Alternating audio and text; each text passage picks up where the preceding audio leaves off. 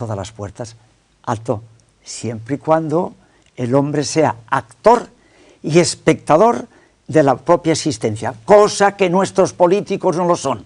Y eso que a muchos de ellos, buenos amigos míos, se lo tengo que recordar. La primera condición de un líder social es ser actor y espectador de la propia existencia, porque aunque tú no te consideres alcalde, es igual, la población, los demás ven a su alcalde, y su alcalde no quiere que les decepcione, no hay manera.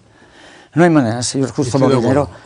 Es que, señor Molinero, es que no hay manera que lo entiendan esto con claridad. Bueno, profesor, no se estrese. Sí, bueno, es que... No se me estrese.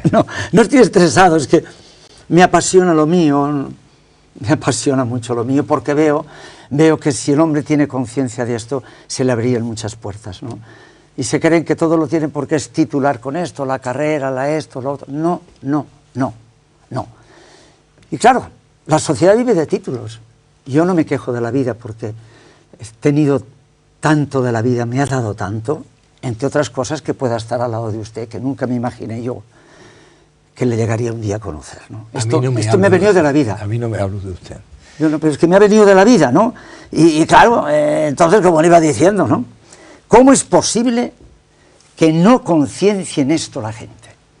Porque una imagen, si no tiene la capacidad de seducir, de inspirar confianza y futuro, todo esto es lo que quiere el pueblo. Y que busca el pueblo una cosa que no existe, porque busca seguridad. Y lo único seguro es la inseguridad, esa sí que es segura. Igual que no hay verdades absolutas. La verdad es una verdad absoluta porque la verdad es relativa. Esa sí que es absoluta. Y claro, ¿cómo es que no tienen conciencia? Parece mentira. Pero gente con talento, que tienen carreras, que son brillantes, y digo, no, pues si tú lo que tienes que hacer es que el muñeco llegue, que traduzca lo más inmenso, inconmensurable del ser humano, a saber, misterioso y conflictivo a la vez, que los sentimientos. Venimos de un primate que se quedó con los sentimientos, con los instintos. ¡Ay! A nosotros nos pone esa cosa tan inmensa, los sentimientos, lo que escribe el destino de la vida. Heródoto nos dejó dicho, hace muchos siglos, que el destino del hombre está en relación directa a su actitud frente a las circunstancias de la vida y las que él genera. Si serán importantes los sentimientos. Y el político se pone delante de un tal, bueno. Y ahora, por no decir nombres, el otro día había un político, estaba hablando, y le decía yo a mi esposa, fíjate, Ángeles, amor, este señor se está cargando la alternancia, esa riqueza de la democracia. Bueno, está hablando de una gente que ya le votará, y a ese millón que le podía votar, parece que lo ignora. Por eso yo vivo con pasión lo mío, porque eso es donde tiene importancia. Volviendo, esta larga elipsis que he hecho yo, al barbero. No, el barbero cumplió su misión en la vida, pero ahora el hombre, y la prueba es que cuando le habla, y tengo de formación profesional, porque ahora hace un momento he tenido que felicitar a un peluquero, y le he tenido que felicitar porque yo estaba allí esperando en el pasillo de los estudios, y tengo de formación profesional, y he cogido... He llamado a este peluquero, es conocido amigo, y lo he felicitado. Digo así y no de otra manera. Y entonces, esto el hombre debe de saberlo ver. Por esto, los Oscars no tenían magia, de fetichismo nada más había una cosa. El cabello tiene una carga simbólica de energía y de fetichismo. Porque con un trocito de cabello se lleva un colgante al otro lado del mundo y dice, llegas parte de mi vida, no le puedo dar un dedo. Claro. Es lo único que había de fetichista en aquello, no había, y las mujeres que saben en cada momento, y todos estamos educados por una mujer, cómo se han de presentar. Estaban todas perfectas. Tome un poquito de agua. Gracias. Deduzco de sus palabras, pues, que a la mujer le preocupa más su imagen que al hombre. Es más consciente que el hombre. Claro. Pero esto ya se le está acabando al hombre, porque la sociedad ha hecho una gran injusticia con la mujer. Yo no soy sociólogo ni vengo aquí a ponderar nada, pero es así. Por ejemplo, una mujer para llegar a ciertos objetivos se debe de esforzar muchísimo más que el hombre. El hombre, por el hecho, pero esto ya se va acabando. Y en la medida que la mujer es dueña de su economía, va comprando su libertad. Porque en la vida lo único que compra la libertad es la renuncia a vivir como vives o el dinero para comprarlo. Y la mujer cada vez es más dueña, ya no puede sorprender, por ejemplo. Oye, Josefina, arréglate bien, que viene el hijo del notario a cenar a casa. A ver si... No, hay señoras notarios. Yo conozco alguna que además de notario, registradora de la propiedad. Y encima está guapa. Y encima está guapa. No, exacto, y encima está guapa.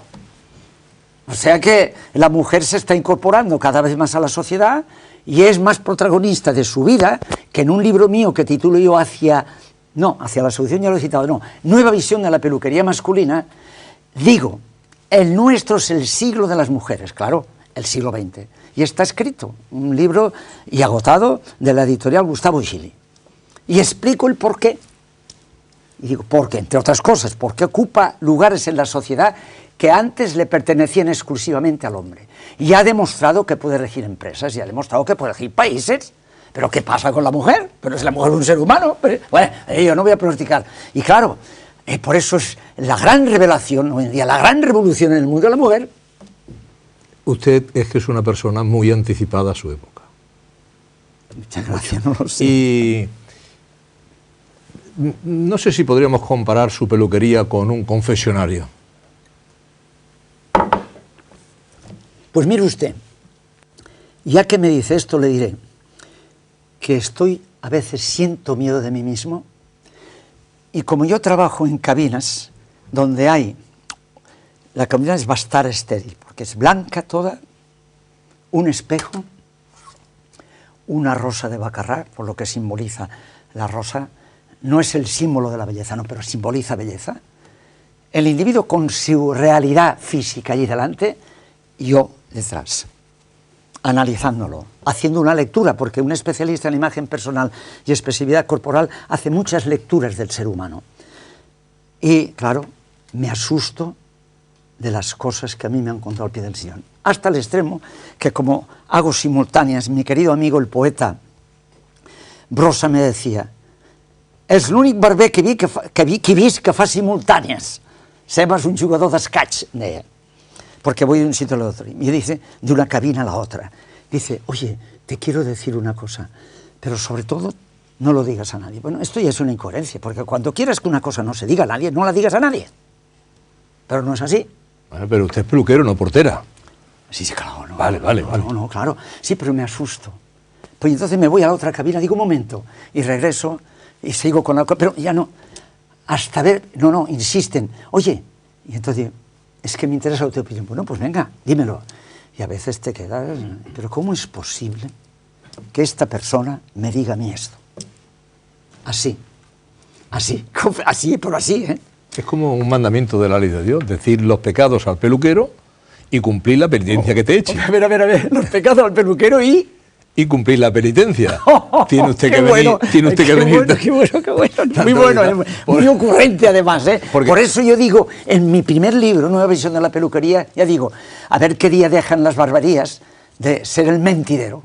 Porque de lo que más sabe el barbero, pues de los toros, de flamenco, que me parece muy bien que se sepa todo eso, pero claro, aún no había nacido lo que dije yo, ¿no? Y lo que he demostrado en mis conferencias.